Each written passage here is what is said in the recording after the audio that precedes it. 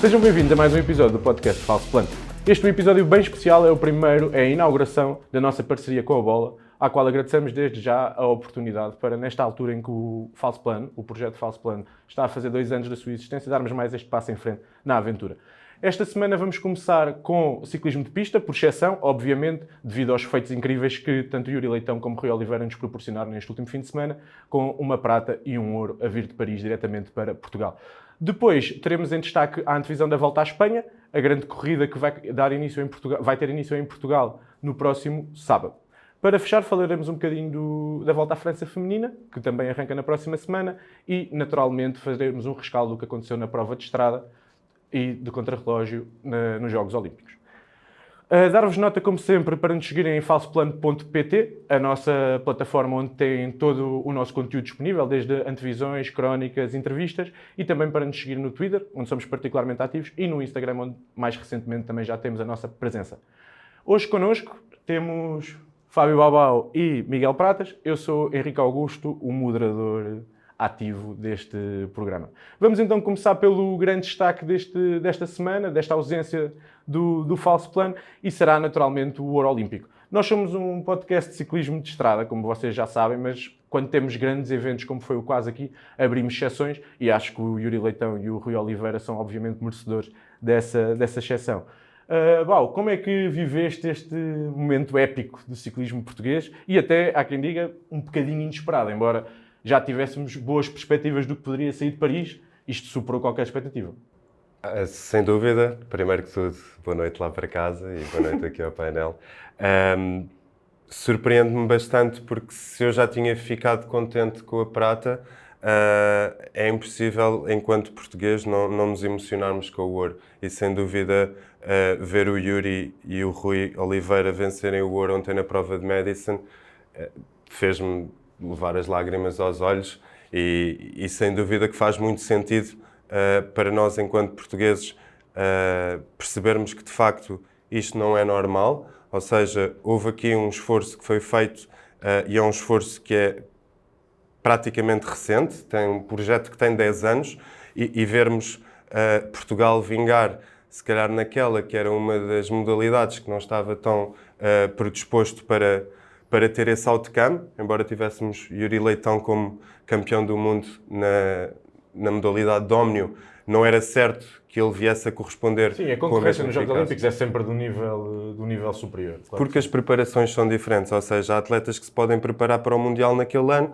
há outro tipo de atletas que se preparam efetivamente para os Jogos Olímpicos e têm aquilo como foco. E, de facto, ver os portugueses brilhar, para mim foi, sem dúvida, um grande orgulho enquanto português. Sim, tu falaste aí de um ponto que é bastante interessante, que é a questão de... Há pouco mais de 10 anos nem sequer tínhamos ciclismo de pista em Portugal. E, subitamente, Yuri Leitão igualando outros grandes atletas da história portuguesa, o mais bem-sucedido de sempre a nível olímpico, e é engraçado ver como é que o trabalho e a seriedade, com tanta facilidade, acabaram por dar os seus frutos. Queria também perguntar, ou falar aqui um bocadinho de um dos momentos que eu achei mais graça. O Yuri parece um personagem bastante engraçado e descontraído, e na quinta-feira, quando tínhamos o país todo exuberante com a prata, ele disse que não era tempo de festejar, porque no sábado havia mais, não é? Ou seja, percebemos que o nível de ambição dele não estava ainda terminado e que aquilo que foi realmente uma grande surpresa, porque no sábado era ainda mais inesperado, para ele e para quem sabe o trabalho que foi feito por trás, se calhar não foi uma surpresa assim tão grande. Por isso queria te perguntar como é que depois da prata ainda abordaste o ouro e a partir de que momento é que tu começaste durante a corrida a sonhar com o ouro, porque o início até não foi particularmente auspicioso para as coisas nacionais. Foi como te disse, eu achava que a prata era sem dúvida o apogeu, ou seja, e era aquilo para que mais próximo da realidade eu estava preparado, ou seja, porque o Yuri efetivamente sozinho poderia dar essa valência. Na modalidade de Madison não é apenas o Yuri, ou seja, é o Yuri com mais um colega, neste caso foi o Rui Oliveira o escolhido, trabalho esse que o Rui Oliveira tem vindo ao longo dos anos a fazer com o irmão, ou seja, esta era a melhor dupla que nós tínhamos possível para esta prova, mas efetivamente havia outras duplas também, com nomes muito importantes, que já têm um grande nome, tanto no ciclismo de pista como no ciclismo de estrada, e as minhas expectativas para esta última prova, onde eles venceram o ouro, eram menores. Portanto, eu fiquei com uma surpresa muito grande, porque eu achava que, sem dúvida, nós tínhamos condições perfeitas para representar um top 5 sólido, mas existe uma grande diferença entre o top 5 e vencer o ouro. E efetivamente eles conseguiram pegar na corrida em momentos-chave, ou seja, pegando aqui um bocadinho na tua segunda questão, eles não atacam ou não fazem qualquer tipo de movimento nas primeiras 20 voltas. 150, quase. Nas primeiras, eu vou-te explicar, isso também para as pessoas lá em casa perceberem, isto são 200 voltas, 50 km. As primeiras 20 eles não procuraram pontuar, a partir das segundas 20, ou seja, estamos a falar, faltavam cerca de 120 voltas, foi quando eles fizeram os primeiros pontos. Depois fizeram a parte deles, voltaram a descansar e foi às 60 voltas que eles voltam a carregar. Então as últimas 30 foi aí que eu percebi que efetivamente havia aqui uma grande hipótese, porque eles estavam a pontuar pontos atrás de pontos a cada 10 voltas e depois quando tu vês os italianos caírem naquela transição, ainda muito mais acreditei, digamos assim, e sem dúvida que lá está. Até à linha de meta nós acreditamos que é possível, mas ficamos sempre com aquela ideia de que pode acontecer qualquer coisa, mas assim que o Yuri passou a linha de meta foi qualquer coisa de muito bonito. E aquelas últimas 2, 3 voltas, aquela última secção do Yuri é extraordinária. O Rui passa e ele está na roda dos dinamarqueses, que era quem tínhamos que marcar, e ele ainda ataca a partir daí e faz uma última volta e meia isolado. Assim que cruza a meta, festeja e, dizendo na gíria, cai para o lado, não é? Abriu para o lado. Exato, ou seja, tu não tens outra forma de não ficar, ou seja, com esta sensação de lágrimas nos olhos quando tu vês um atleta que deu tudo. Ou seja, basicamente ele sentiu-se mal até depois do final da prova ou seja, o rosto diz muito, a linguagem corporal diz imenso e o Yuri estava numa emoção inexplicável. O próprio Rui também, mas se calhar o Yuri, por não ter voos tão altos no ciclismo de estrada e estar mais reservado para aquilo que é o resultado dele na pista, se calhar para ele foi uma realização de um sonho ainda muito maior. Sim, é um ciclista que desde sempre se tem dedicado muito à pista e também teve o fator que foi ele que fez a última run, não é? Por isso o Rui se calhar já tinha respirado um bocadinho, o Yuri foi direto. Passando agora ao Miguel Pratas, o último membro por apresentar do nosso painel, eu ia-te pedir que começasses por nos falar um bocadinho da história, quer do Yuri Leitão, quer do Rui Oliveira. Para quem não sabe, são dois ciclistas que até passam a maior parte da sua época a fazer provas de estrada e perguntar-te como é que é esta relação entre fazer estrada e fazer pista e também como é que foi a carreira deles até este que é, de longe, o momento mais alto da mesma.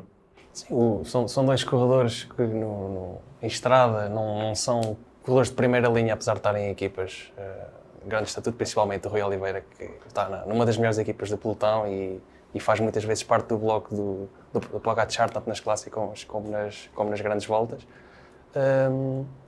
Mas também dedica parte do seu calendário à pista, tal como o seu irmão Ivo Oliveira, que também muitas vezes colabora neste projeto de pista, também vale a pena mencionar, apesar de não ter estado presente nos Jogos Olímpicos. Ele esteve presente, não esteve em cima da bicicleta, mas era o rapaz que mais estava a festejar no público inteiro era o Ivo.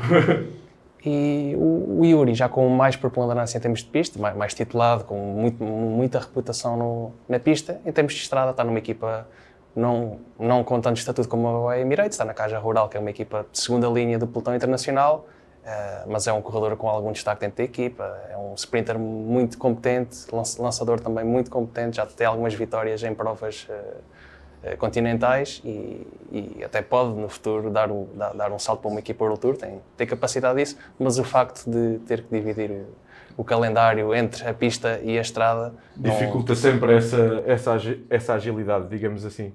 Que momentos é que vais guardar, ou os principais momentos que vais guardar deste feito, e que impacto é que achas que pode ter, não só no ciclismo de pista, mas como no ciclismo no geral, que estamos a passar um bom momento do ciclismo, e esta medalha de ouro e a medalha de prata também acabam por ser mais um impulsionador para isso. Que efeitos é que tu achas que pode ter em Portugal e para a atenção deste desporto em Portugal? Sem dúvida que vai passar a ter uma visibilidade muito maior, as pessoas estão muito mais atentas e se calhar antes dos Jogos Olímpicos 99% dos fãs de desporto e mesmo os fãs de ciclismo não percebiam nada das regras das provas de pista e agora com estes resultados passam a ter outro entendimento de como funcionam as várias provas, do Omnium, etc.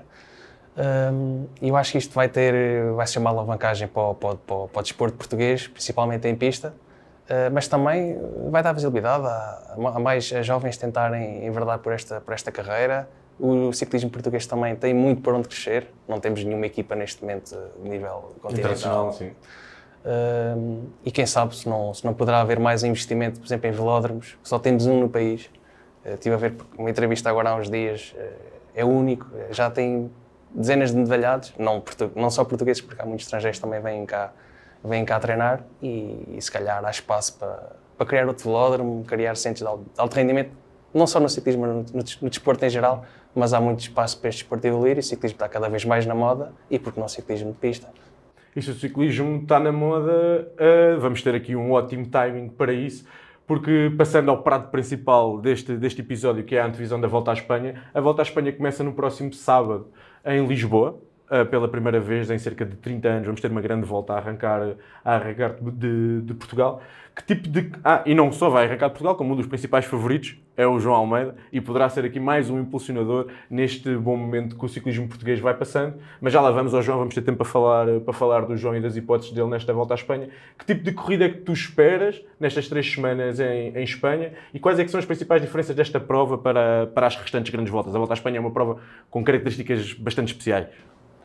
Para já, logo o percurso muito mais irregular do que as outras grandes voltas, com menos etapas ao sprint, mas ao facto de ser realizado agora em agosto, muito mais exigente a nível de calor que vai estar.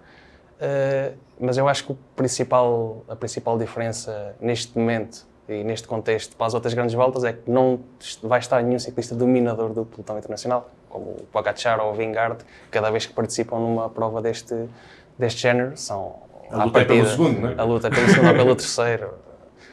E eu acho que esse vai ser o grande aliciante desta volta. E no caso de nós portugueses, temos o João Almeida em grande forma e que, quem sabe, pode fazer um brilharete e ser o primeiro corredor português a vencer uma grande volta. Não é estarmos a sonhar alto mais, é a realidade neste momento, da forma que o corredor está. Acho que podemos sonhar com isso. Sim, nós tentamos sempre não ser demasiado facciosos ou nacionalistas. Obviamente torcemos pelo João, mas parece-me para esta Volta à Espanha apontá-lo como um dos candidatos não é nenhuma alucinação patriótica, é mesmo uma evidência.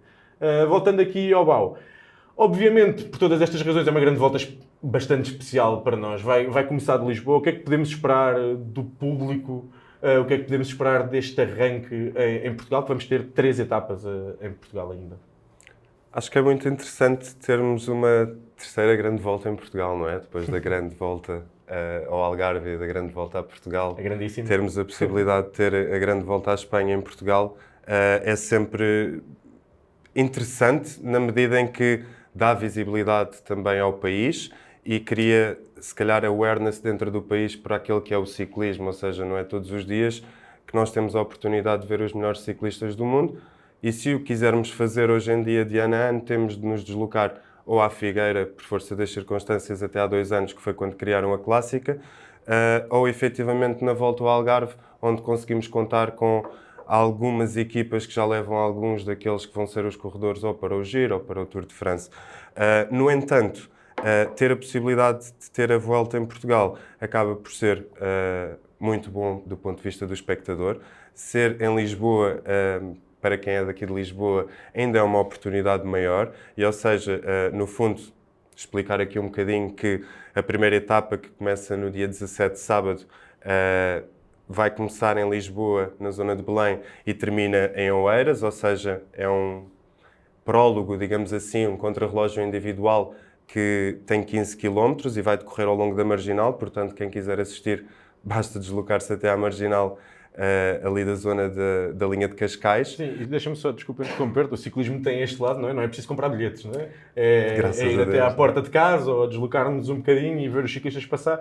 E o contrarrelógio acaba por ter a característica interessante de como vem um ciclista de cada vez, até dá um acompanhamento diferente do que só chegarmos à beira da estrada e vermos um pelotão inteiro passar. a Sem passar. dúvida. E por isso é que eu acho que é interessante, na Marginal, qualquer local acaba por ser interessante para tu veres o pelotão inteiro passar 1 a 1, sendo que, sem dúvida, ali a zona mais perto de Oeiras, que é a chegada do ITT, onde tu consegues perceber efetivamente o tempo que os corredores estão a fazer, se calhar pode dar ali um bocadinho mais de adrenalina, principalmente porque temos alguns portugueses também a participar, não apenas o João Almeida, mas temos também o Nelson Oliveira e o Ivo Oliveira, que também são muito bons neste tipo de esforço.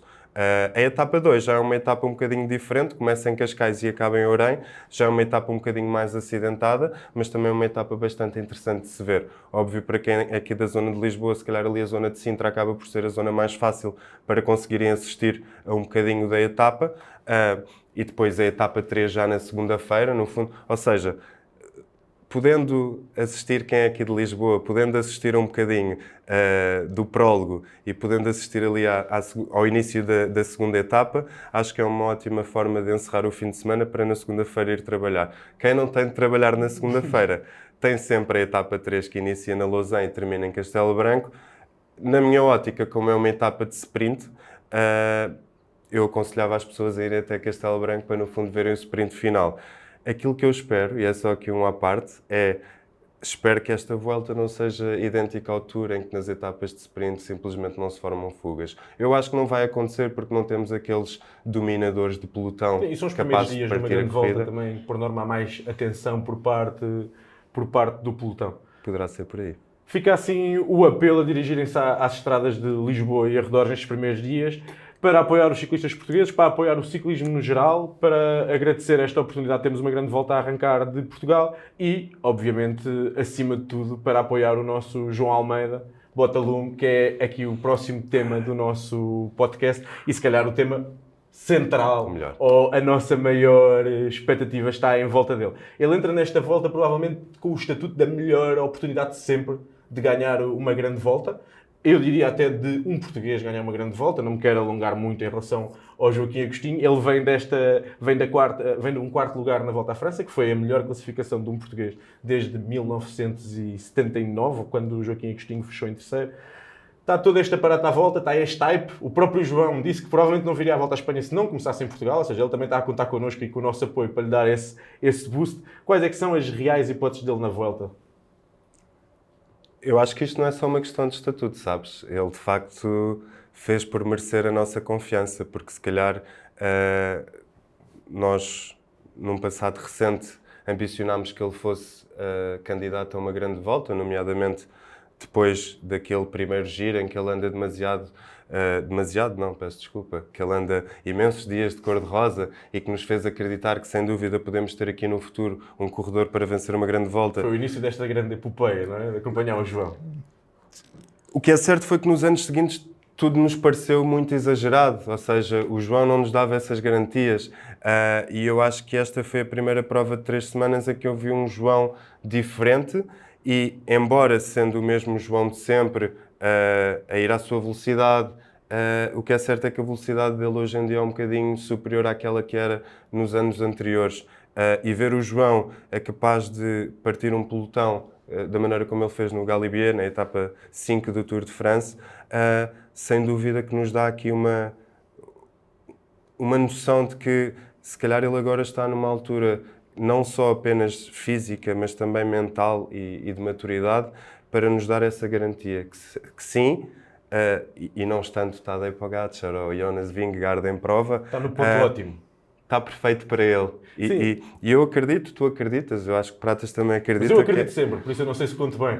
Eu acho sempre que ele vai ganhar. Certo. Ou pelo menos faço essa parte, essa representação. Mas sem dúvida que este é o primeiro ano em que eu vejo o João com maior capacidade para Sim, e nós podemos tentar não até... apenas um pódio. Exatamente. Até podemos espreitar, por exemplo, casas de apostas que são imparciais, não é? E que dão o João como, em todas elas, um dos 2, 3 principais favoritos.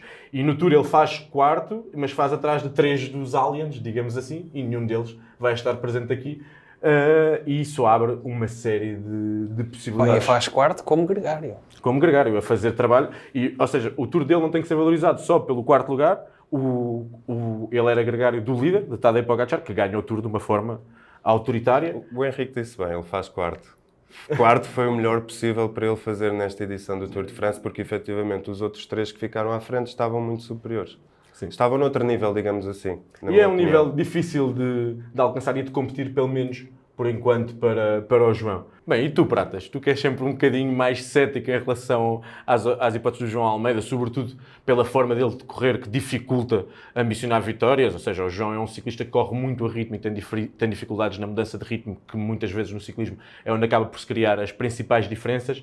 Apesar disso, achas que o nível que ele tem demonstrado na montanha nos permite legitimamente sonhar com a vitória nesta Volta à Espanha?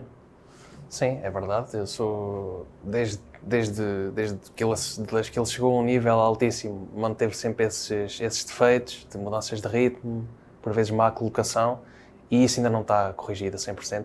Vimos agora na Volta à França, houve uma outra etapa, mesmo a dos abanicos, que ele deixou-se ficar para trás, depois a corrida desenredou-se de uma forma que a equipa conseguiu recuperar, mas ainda se nota por vezes alguns defeitos nesse aspecto, mas está muito mais consistente.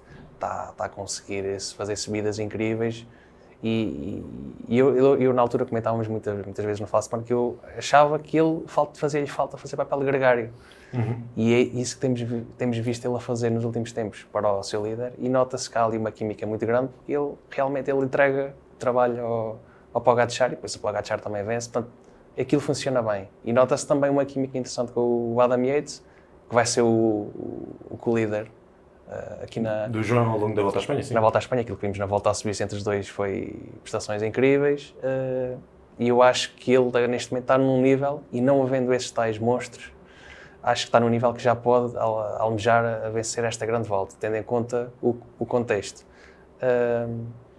Dentro da própria equipa, obviamente o Adam Yates também vai querer fazer melhor que ele, cada um tem as suas ambições, mas eu tenho a impressão que a Emirates vai tentar oferecer a camisola roja ao João Almeida, talvez na segunda ou na terceira etapa, porque ele certamente vai fazer um prólogo bom. Vai ficar perto Se calhar não vai conseguir vencer, porque há nomes muito fortes como o Tarling ou como o Van Aert, mas se ele fizer poucos segundos de diferença, a equipa pode endurecer nas outras etapas em Portugal, e aí terminava com a camisola vermelha, que seria já um feito bonito. E depois, a partir daí, era... Sendo que, na minha opinião, só o pós da Volta à Suíça, aquilo que te deu foi, se o Adam Yates não tiver nas condições que necessita para vencer, facilmente diz, vamos apostar no João. E anteriormente, se calhar não víamos um Adam Yates fazer isso.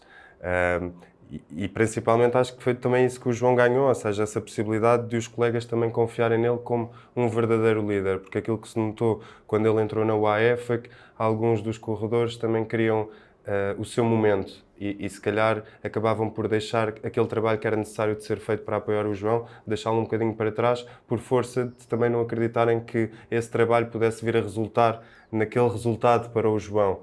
Desculpa a redundância, mas acho que é esse fator que faz também aqui um bocadinho o clique da diferença, que é a própria equipa confia no João Almeida e confia que pode ganhar. A equipa não só aquela que está a correr ao lado dele, mas aqueles que estão no carro. Portanto, eu acho que isto nos traz... Sim, eu concordo contigo que na Volta à Suíça, entre o João e o Adam Yates, fizeram primeiro e segundo nas últimas 4 etapas, se não estou em erro, e também na classificação geral. E marcou uma diferença, e aliás, nós desde aí temos vindo sempre a falar como este é o melhor João Almeida de sempre. E eu penso que ele também o está a sentir. E nós vimos, inclusivamente, na Volta à França, 1 ou 2 momentos de autoridade, sobretudo aquele momento clássico, o meme com o Ayuso, do João perante a equipa, que mostra que o estatuto dentro da própria estrutura da UAE, que é uma estrutura muito forte e com muita gente, com muita capacidade, já é um bocadinho diferente. Além disso, acho que o João beneficiou muito de correr com um ciclista como Pogačar. Ele tinha esses problemas de colocação que tu falaste. Ele, pelo menos na Volta à França, a maior parte das vezes conseguiu superar, e agora tenho muita curiosidade em perceber se ele, voltando ao papel de líder, ou pelo menos de co-líder, porque ele, Adam Yates partirá, acredito eu, lado a lado com ele na hierarquia da UAE, ver se ele consegue transpor isso, ainda para mais tendo uma equipa forte como a UAE atrás. Outra pergunta que eu te queria fazer, assim, só rapidamente. Muitas vezes vemos algum decréscimo quem faz esta dobradinha Tour-Vuelta. Achas que o João pode sofrer com isso, ou como é que tu achas que ele lidará com a questão das 2 grandes voltas consecutivas? Aqui a questão é que os grandes rivais, muitos deles também vêm com o Tour nas pernas, não é? E se há um ou outro voltista de muitíssima qualidade que não participou na Volta à França, não há nenhum que assuste. E o Emirates tem uma equipa de tal nível, não é só o Adam Yates e o João, é o Del Toro, é o Sivakov e mais uns quantos, que são muito fortes na montanha e que vão... Um equipaço, é sempre. Também. equipaço. É sempre um equipaço. E lá está, a Emirates vai querer fazer o que a Jumbo-Visma fez ano passado, que é vencer as três grandes voltas. Essa pressão. E ainda voltando aqui um bocadinho, estávamos a falar sobre o tema que levantaram da hierarquia dentro da Emirates. Há uns meses atrás nós falávamos, se calhar o João já não está na equipa certa, porque estão a despontar muitos miúdos com muita qualidade e ele vai começar a perder a hierarquia. O Ayuso, já era o Adam Yates, já nem falo do Pogacar, malta nova a aparecer como o Del Toro.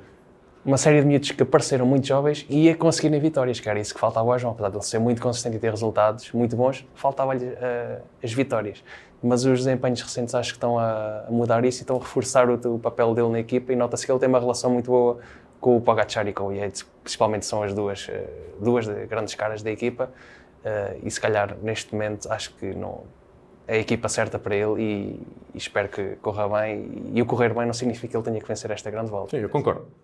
Tudo o que seja ele estar realmente na disputa e sobretudo se for de uma forma ofensiva, acho que já vai ser sempre mais um passo em frente da carreira do João e a Volta à Espanha, teoricamente, e mesmo este percurso, tem muitas chegadas explosivas onde o João às vezes sofre um bocadinho e também pode ser aí que ele terá que se superar um pouco, porque depois na alta montanha sabemos que ele será, sem dúvida nenhuma, um dos mais fortes. E também será interessante ver, a volta termina em Madrid num contrarrelógio de 25 minutos, 25 km. Se for 25 minutos é um ótimo desempenho. E o João, tendo em conta os concorrentes, é um dos mais fortes nesse... Sim, é verdade. Dos melhores, ou dos principais candidatos ao pódio, o João será provavelmente até o melhor contrarrelogista, assim Roglic não se apresenta à partida. A última pergunta aqui em volta do João é, com toda esta expectativa que nós estamos aqui a trazer e que Portugal vai ter, ainda por cima com o destaque que a Vuelta vai ter a mais do que é habitual, por todas as circunstâncias que já falámos, também vem muita pressão, não é? Achas que o João vai conseguir lidar bem com isso ou até achas que é aquele tipo de personalidade que lhe passa um bocadinho ao lado? Eu acho que ele até tem essa personalidade de se querer assumir como líder e eu até acho que ele no passado tinha esse problema, que ele assumia-se sempre como líder, mas depois não entregava os resultados. Portanto, o Adam Yates, quando chegou à Emirates, numa época, teve logo mais vitórias do que as vitórias que o João Almeida teve ao longo de 3 ou 4 anos de Emirates. Mas o João sempre teve aquele discurso de eu quero ser líder, mas é verdade a questão, então, mas e vitórias? É que os outros mitos estão a chegar e estão a vencer. E neste momento o João já está a entregar vitórias e já está a um nível acima. Esperemos que ele lide bem com isso e mandamos daqui um abraço ao João Almeida, ao nosso Botalume, a nossa esperança está contigo e boa sorte para a Volta à Espanha. O João é o nosso favorito, mas não é o único favorito, nem o único grande voltista em prova. Podemos ter pela primeira vez desde a Volta à Itália de 2022 uma grande volta a iniciar sem nenhum dos 4 aliantes, e aqui estamos a falar de Pogacar, de Vingegaard, de Remco Evenepoel e de Primož Roglic, e isso dá muitas ideias a muita gente sobre a possibilidade de vencer. Vamos começar aqui por dar destaque a Sepp Kuss, o vencedor da Volta à Espanha desta corrida. No ano passado, foi em algumas condições especiais, teve uns super gregários, há até quem diga, as más línguas, que lhe deixaram ganhar, mas a verdade é que é o vencedor em título desta prova e que volta a estar presente à partida. O que é que podemos esperar do GC Kuss? O GC Kuss, a verdade, teve uma equipe, teve uma temporada muito fraquinha, desde que venceu essa grande volta, muito discutível eticamente, mas teve uma temporada muito fraquinha, mas apareceu agora na Volta a Burgos e quando teve que ganhar, ganhou e chega em grande forma à Volta à Espanha. Isso é um bom sinal para ele. Tem uma equipa também forte. Tem o Cian Uite-de-Brooks e entre outros trepadores com muita qualidade. Vamos ver se o Votonar trabalha ou não é? Isso é sempre uma daquelas questões. E eu acho que tem uma das 3 equipas. Vai ser um dos mais fortes candidatos e mesmo em nível de força da equipa, a par da Emirates e da Bora. E fora o vencedor do ano passado, quem são os outros nomes que te chamam a atenção? Eu queria só aqui fazer um pequeno disclaimer, a start list ainda não está completamente fechada da Volta à Espanha, nós estamos a gravar mais ou menos uma semana antes, mas de qualquer maneira, em princípio, os grandes nomes já estão confirmados, por isso te pergunto quais são os principais rivais do João Almeida e favoritos ao pódio ou à vitória final em Madrid. Falando de candidatos ao pódio há muitos, mas a vitória em si, além dos dois da Emirates e do Kuss, eu coloco os corredores da Bora. Mesmo que o Roglic não participará de ser líder se vier em condições, porque aliás, se ele participar é porque tem condições.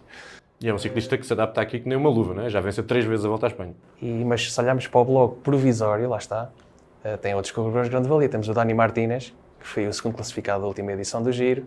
Temos o Vlasov, que é um dos corredores, um dos voltistas mais consistentes do pelotão internacional, se bem que em 3 semanas nunca conseguiu fazer aquele resultadão, mas pode ser a altura dele, pode ter essa oportunidade. E depois tem lá mais 1 ou 2 miúdos, o Florian Lipowitz, que é uma das promessas, uma das revelações do ano na montanha, e mesmo o Aleotti, que acabou de vencer a Volta à Eslovénia agora há pouco tempo. Portanto, tem uma equipa muito forte na montanha, e mesmo que o Roglic não vá, eu acho que vai ser a equipa que vai dar mais luta e que pode tentar abanar ali a Emirates. Sim, o bloco da Bora recentemente tem-se vindo a tentar chegar ou colar um bocadinho à Visma e à UAE, que nesta volta à Espanha, como na maior parte das grandes voltas dos últimos anos, têm sido sempre os blocos dominadores. E agora tem essa responsabilidade, porque teve um grande investimento da Red Bull e esta volta... Já não lhe devíamos chamar Bora, não é? Devemos chamar Red Bull. É Red Bull agora. A força do hábito. Vamos parar com isto.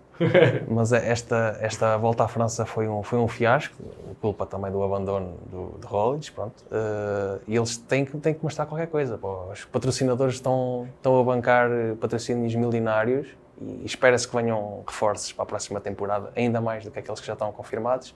E eles vão ter que fazer qualquer coisa. Podem não conseguir, mas têm que tentar abanar as duas equipas. Este ano, principalmente, marcou o cunho de que, na altura, Bora, no início do ano, até se tornar Red Bull, ia seguir em frente do Vlasov, ou seja, no sentido em que o Vlasov não ia ser o corredor que lhes iria dar uma grande volta. E notou-se isso com a contratação do Daniel Martínez, que é um dos corredores, digamos, mais bem pagos do ciclismo internacional, e depois foram buscar, por força das circunstâncias que se passaram na Vuelta do ano passado, foram buscar o Primož Roglic. E ainda nos falta mencionar Jay Hindley, que até é o único que já entregou uma grande volta. Exatamente. À Bora. Temos também o caso de Jay Hindley, mas nota-se efetivamente que a Bora, e agora ainda por cima Red Bull, que não vão ficar por aqui. E eu acho que vamos continuar a ver este investimento. Tem também corredores bastante jovens, como o Miguel disse, o caso do Lipowitz ou o Adria, miúdos emergentes que estão a aparecer também para dar aqui força àquele que é o bloco mais veterano ou com mais experiência, digamos assim. Portanto, sem dúvida que fora, digamos, o Sepp Kuss, sem dúvida que eu veria um Daniel Martínez a tentar lutar por um pódio nesta edição da Vuelta. Se há grande volta que é propícia a surpresas, e nós já falámos aqui dos principais favoritos, de Kuss, de João Almeida, Adam Yates, Roglic, caso esteja presente, ou Vlasov, mas na Vuelta há muitas vezes cartas fora do baralho que acabam por entrar na luta. E aí queria-te perguntar, na tua opinião, quem é que está na primeira linha para poder surpreender e entrar aqui nesta discussão? Tens nomes, nomeadamente, como um Giulio Ciccone, que, olhando para esta start list, digamos assim, pode achar aqui que tem possibilidade de lutar pela geral durante as 3 semanas, ou seja, caso contrário, se calhar iria lutar por uma camisola da montanha, mas nota-se que a equipa faz ali um investimento à volta de Ciccone.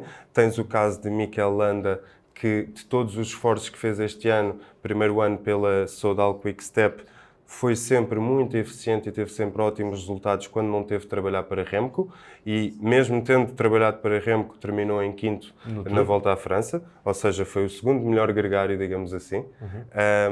Portanto, nomes como estes tens ainda outros, agora não me está a vir à cabeça mais. Temos outros nomes, por exemplo, Carlos Rodrigues, Richard Carapaz, Ben O'Connor. Por acaso ainda bem que tocaste no Rodrigues, porque era um dos que eu queria também dizer, porque efetivamente estou muito curioso para ver Rodrigues sem ter Pidcock na equipa.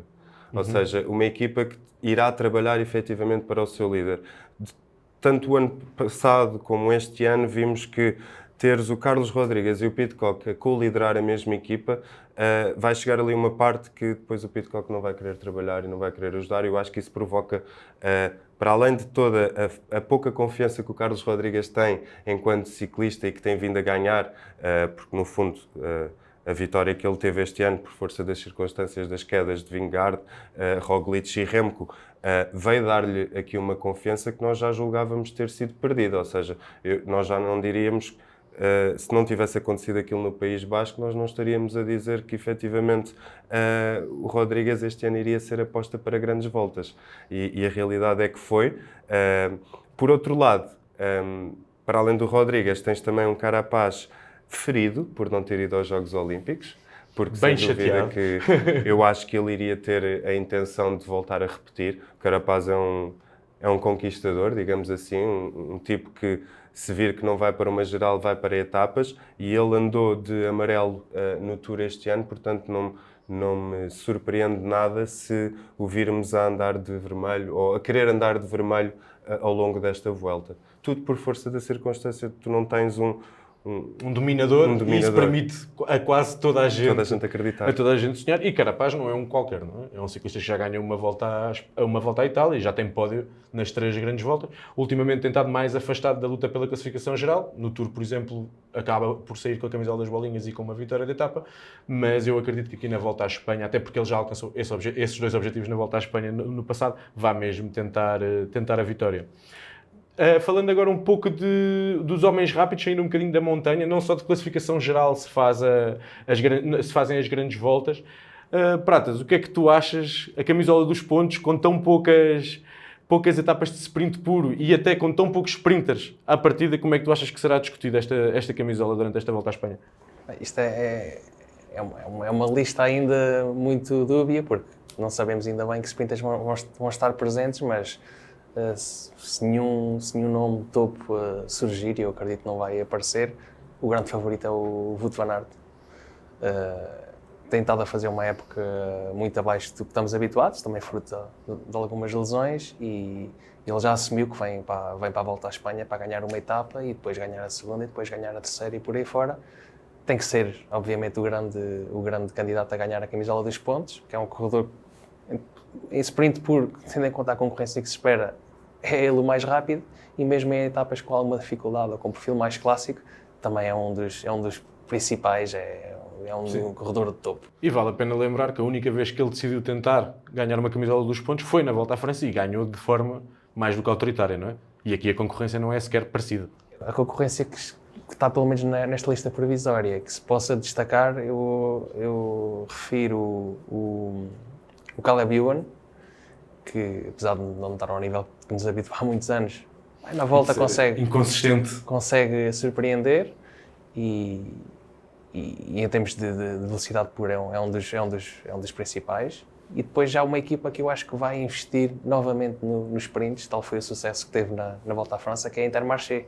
Na Volta à França venceram a camisola verde com o Guirmay, aqui não acredito que consigam vencer a camisola dos pontos, mas espera-se que seja o Garbantiça no sprinter. Nunca venceu numa grande volta, mas ainda é jovem. Portanto... Ganhou na volta ao Algarve, não sei se conta como grande volta ou não. Bem visto. E tem o Marit e tem o Braet como lançadores, pelo menos para já esperados, e pode ser um corredor que venceu 1 ou 2 etapas. E queria também mencionar aqui um nome, que é o Ivo Oliveira, que não sendo um dos sprinters mais rápidos, vai ser a figura da equipa para essas etapas. E a UAE costuma dar liberdade quando Pogacar não está presente para pelo menos estar na discussão. Sim. E já que os irmãos Oliveira estão tão bem, estão on fire, é aproveitar o embalo? É aproveitar o embalo, e eu acho que ele pode surpreender, porque não? Ele vai fazer mais do que um top 5, não tenho dúvida nenhuma disso, porque ele é muito consistente e quem sabe se não dá o clique e não consegue vencer uma etapa. Porque não vencer uma etapa em Portugal? Pratas, calma, Pratas, não podemos pedir tudo de uma vez, vamos ver. Fica a surpresa, sem demasiada pressão ou exigência, pelo menos esperemos nós. Bau, já falámos dos pontos, já falámos da geral, montanha e juventude aqui, rapidamente, quais é que são os nomes que te saltam à vista assim às primeiras? Assim, para a montanha, aquilo que eu tinha pensado na altura... É sempre o mais difícil, não é? Tentar adivinhar. Um Nairo Quintana que vence uma etapa e depois se manda para as montanhas, um Lenny Martinez que também vai perceber que não aguenta as 3 semanas, ou o próprio David Gaudu que nos deixa, se calhar ao final da primeira semana, já 1 hora da camisola vermelha. Em termos de juventude, tenho aqui alguma esperança no nosso Isaac Del Toro, embora não saibamos qual é que vai ser o tipo de liberdade que a equipa lhe vai dar. A realidade é que se o UAE estiver muito forte, ele pode perfeitamente seguir com os 2 co-líderes e ainda assim conseguir uma boa classificação. No entanto, acho difícil, não é? Porque no fundo não sinto que o Del Toro esteja no na posição do João para fazer, se calhar, um top 5. Sim, se fosse numa sendo outra o primeiro equipa, talvez gregário. tivesse espaço para isso, assim, E é mais, eu é acho, mais difícil. eu acho que a forma como ele vai ser gerido aqui, é o que faz sentido, é ganhar experiência. Sem qualquer tipo de pressão, vai trabalhar para o João e para o Adam quando for preciso, e acho que não vai ter Certo. essa pressão. Mas lá está, ele é um prodígio e os prodígios não têm Tudo, limite. podemos esperar tudo. Acho que E ainda há nomes, Carlito Rodrigues, Tchan Huitbox. Era isso que eu ia dizer. Por outro lado, tens outros atletas que, se calhar, com mais liberdade dentro da equipa, como é o caso do Cian ou o próprio Carlos Rodrigues, que é visto como o líder da Ineos, e se calhar, andando, começando do menos expectável para o mais expectável, eu acho que o mais expectável será Carlos Rodrigues vencer a camisola da Juventude. Sim, na minha Eu opinião. queria só referir Concordo o nome, contigo. para mim é se calhar se calhar é o meu favorito, até porque eu gostei muito de o ver na Volta à Itália, que é o António Tiberi. Ainda não sei quem é que vai acompanhar, mas a Bahrein, por norma, consegue formar blocos sólidos e ele tem sido muito consistente desde que assinou por esta equipa e pode ser um nome a ter em conta, até porque ele já mostrou que consegue ser mais ou menos regular nas 3 semanas e tem aquele contra-relógio final e ele nesse componente é um corredor também muito forte. E para a montanha, qual é que é o teu take? Para a minha montanha, para a montanha, o meu take seria Lenny Martinez. Lenny Martínez, depois de ter estado tão apagado no Tour, tentar limpar um bocadinho a cara na despedida da FDG, Certo. aqui na Volta à Espanha. Antes de passarmos às nossas apostas para fecharmos o tema da Volta à Espanha, dar só nota, tu acabaste por já falar do Ivo, também o Nelson Oliveira estará à partida desta Volta à Espanha, estará com a Movistar, com o seu líder Henrique Mas, por isso podemos esperar mais uma vez uma presença de capitão de estrada do Nelson Oliveira e quem sabe no prólogo, na sua especialidade no contrarrelógio, tentar tirar um top 10, um bom resultado em Portugal. Muito mais do que isso já sabemos que não é uma questão do Nelson ter ou não ter capacidade, não é esse o trabalho que lhe está destinado na Volta à Espanha e na Movistar. Ia-vos só pedir agora, para fecharmos o assunto, apostas para o pódio da Volta à Espanha, até para o pessoal lá em casa, no fim, poder dizer que nós não percebemos nada disto. Pratas? Eu vou ser patriota e vou dizer que o João Almeida vai conquistar a Roja e o Adam Yates vai ficar em segundo, portanto vai ser 1-2 da Emirates, mas não vão conseguir fazer 1-2-3, porque em terceiro lugar vai ficar o Vlasov. Vlasov. Bau. Ok. Eu não sei porquê, mas também partilho da mesma opinião que o Pratas, ou seja, eu acho que em primeiro vai ficar o João Almeida. Em segundo, já não acho que fica Adam Yates, acho que fica Mikel Landa. E a fechar o pódio, julgo que ficará Sepp Kuss. Ok, então vamos fazer o pleno. Nós é raro concordarmos em alguma coisa. Não sei se é a pressão das câmaras ou se é realmente a nossa expectativa com o João, mas como vocês já deviam imaginar, eu aposto naturalmente no João. Tenho o Sepp Kuss na segunda posição e um bocadinho mais otimista do que vocês em relação ao Carlitos Rodrigues. Espero que ele em casa se apresente a um bom nível e faça o terceiro lugar. Passando aqui um bocadinho a outros assuntos de ciclismo, nomeadamente aquilo que aconteceu nos Jogos Olímpicos, onde Remco Evenepoel, vindo de uma volta à França que lhe serviu quase de consolidação como ciclista de grandes voltas e onde fecha pódio atrás de Vingegaard e de Pogacar, chega aos Jogos Olímpicos e dá um brilharete, não é, Bó?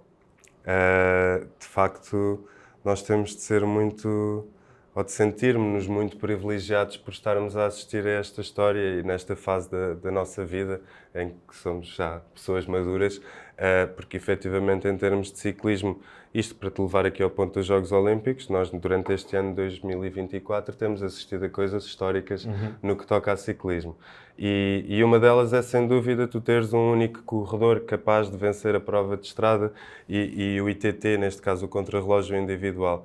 De forma autoritária, ambas até, diga-se. Certo. Com direito a acidente e nos últimos quilómetros. Parece tudo. que há certas alturas, um bocadinho à imagem de como foi os Mundiais de 2023 em Glasgow com o Mathieu Van Der Poel, parece que mesmo caindo aquilo estava lá para ele, destinado. E a realidade foi que o Remco é esta pessoa que eu tenho visto e vindo a trazer de menos para mais, porque, embora eu lhe reconhecesse o talento, e ele era de facto um jovem muito talentoso, e eu lembro-me que quando ele vence a clássica de San Sebastián, a primeira do World Tour, de facto nós pensámos, bem, este miúdo vem aqui para arrebentar com o pelotão. E depois começámos a perceber que afinal não iria ser assim. Ganha a Vuelta em 2022, mas depois senti que havia tanta expectativa para 2023, ele sempre muito comunicativo com os mídias, a queixar-se das coisas porque não estavam a ter o resultado que pretendiam, e aquilo que eu vi do Remco neste Tour de France foi um Remco completamente diferente, que foi eu sei que sou o melhor depois destes dois que estão à minha frente. Eles não estão E ele cá, por isso sou eu o patrão. Ele viveu bem com isso as 3 semanas e eu acho que isso lhe retirou toda a pressão daquilo que ele tinha de ser, porque ele só precisava de ser ele mesmo. Eu recordo-me do Remco ter dito que assim que acabou o tour, no dia seguinte ele não se levantou da cama, os outros dias a seguir já saiu para a estrada e as sensações foram horríveis. A realidade foi que chegou aqui a Paris com uma forma incrível e acaba de anormal. fazer história. O primeiro ciclista da história Faz. é ser o contrarrelógio e a prova de estrada. Na prova de estrada eu acho que ele dominou efetivamente e ninguém lhe deu mais hipótese. No contrarrelógio já podemos deixar, lá está, tudo são situações do acaso, não sabemos se aqueles 15 segundos a que ficou Joshua Tarling, se não tem de trocar de bicicleta, se não seria o suficiente para ficar à frente de Remco. O que é certo foi que o belga conseguiu fazer este duo que ninguém alguma vez tinha feito na história dos Jogos Olímpicos e sem dúvida é de louvar, porque de facto... Chapéu para o Remco, que com os altos e baixos todos acaba por ter um grande nível. Para fechar, e aqui muito rapidamente, começa esta segunda-feira a maior prova velocipédica do calendário feminino, a Volta à França Feminina. Demi Vollering, é passeio no parque ou alguém lhe pode dar alguma luta? Em princípio vai ser um passeio no parque. Ele é grande voltista do momento, está na melhor equipa, até soube que Elisa Longo Borghini, que é uma das rivais, não vai estar presente. E tem tudo para voltar a vencer uma grande volta, apesar da Canyon, que é também uma das principais equipas, ter ali 2 ou 3 corredoras também de topo a este nível, que é a placa Neo Adona e a Bradbury, que são corredoras também muito consistentes neste tipo de voltas por etapas e que podem jogar taticamente para superar a Vollering, apesar da Vollering também ter outras colegas de grande valia. E depois existe a Juliette Labou da DSM, a própria FDG também tem ali 3 ou 4 corredoras em grande forma.